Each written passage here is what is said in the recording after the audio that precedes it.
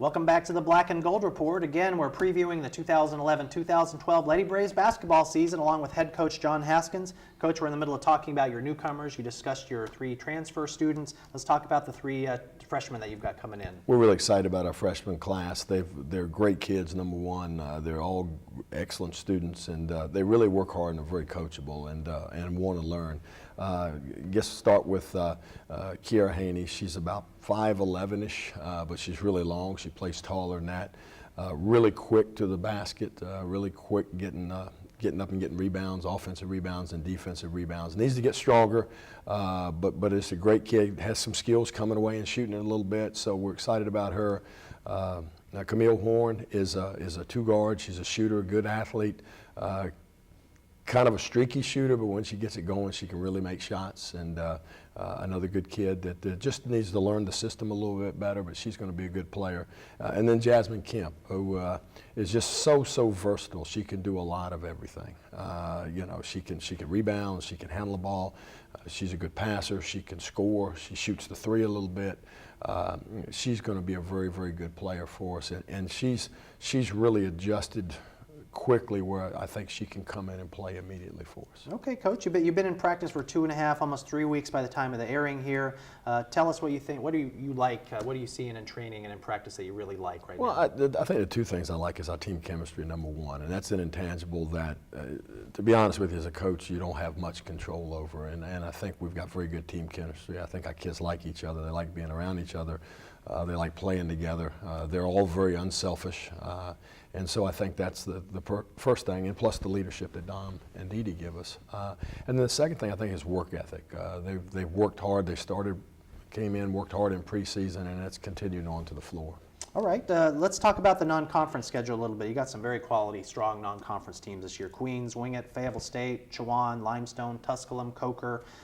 Tell us a little bit about the process involved in scheduling a non-conference game. Well, I think we've got 2 philosophies in scheduling non-conference, and the first one is we look at our budget, and we don't want to do a ton of distance travel. We like to play regional teams that are close, and therefore Fayetteville State, Coker, Wingate, those type of teams. So that's our first philosophy. The second philosophy is we want to play solid competition. I mean, we've got to play some good teams to get us ready for the Peach Belt. I don't know, and I failed to mention Fayetteville State, but I don't know who's got what coming back. I know Wingate's going to have a very strong team, and from what I understand, Limestone should be the best or second best team in the CVAC. So we try to play quality competition, and we try to stay as close to home as we can to play that competition. Well, this makes a nice segue to the Peach Belt. It's as tough as ever. It's looking like it's always one of the most difficult conferences in Division II.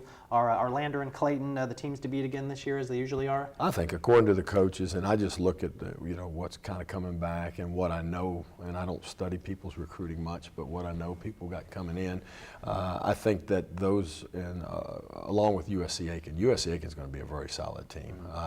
They lost, their guards, but they've got everybody up front coming back, and I think they'll be a good team. So I think those 3 teams are probably, outside looking in, the strongest teams. After that, it's going to be really interesting because, I think some programs that have been down a little bit maybe in terms of Armstrong and Augusta will get better. I think North Georgia will be solid. Georgia College is kind of in the boat with us. I think they've got like 10 or 11 new players. Mm-hmm. They lost their 2 leading scorers, and so they're going to make some adjustments and kind of have some growing pains with their program. Francis Marion should be pretty solid, so it'll be interesting to see, after those top 3 tier teams, and number one, how good those top 3 tier teams are, and then where everybody else fits in the mix. Could be a lot. All right, Coach. Well, thanks. Good luck. We are looking forward to an exciting Lady Braves season this year, and that's all the time that we have for this week's edition of the Black and Gold Report. Until next week, go Braves.